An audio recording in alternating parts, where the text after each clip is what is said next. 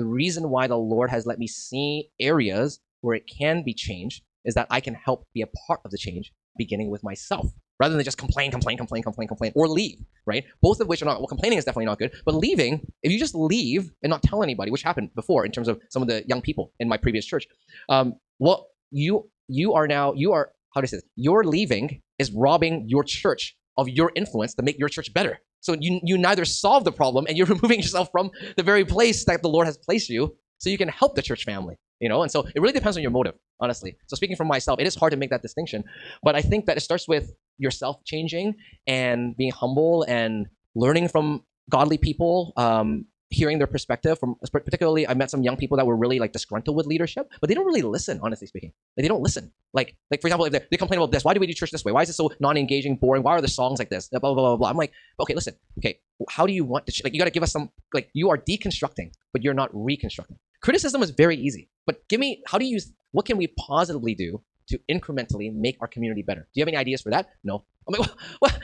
Are we just going to remove this ministry and not do anything? Like, you can't just complain, right? And so I think it really depends on your own heart.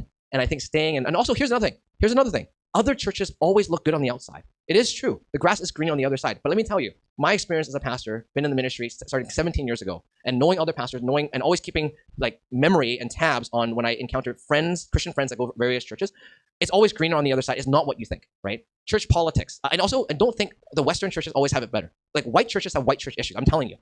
It's just that the church politics work a little bit different. White churches, the politics reflect the corporate world. Chinese church is like tribal family. Do you know what I mean, right? But I'm saying other churches have their problems. Like, don't think, look at that church. So many young people. Okay, I'll give you an example. There's a church that is well known in Surrey that was like exploding. And every young people came, especially Chinese church people. We want to check it out. Wow, there's video service. Ooh, right? You don't even know the problems that were going on. And now their main speaker has now gone to a mega church in the States. You didn't know that. You didn't know any of the problems. You never asked anybody, right? So I think that when you're comparing churches, I think it's good. Talk with Pastor Dave. Pastor Dave has when I talked with him before, we were meeting at A&W, I guess, with Reverend Matthew Sin. He's been around. He's been to churches here and other countries, and he has a good perspective. So if you ever think, how come our church can't be like that? Well, he'll probably give you some perspective as to, like, actually, they have these weaknesses too, to open up your mind a little bit so you don't think that church is so much better. It's actually not.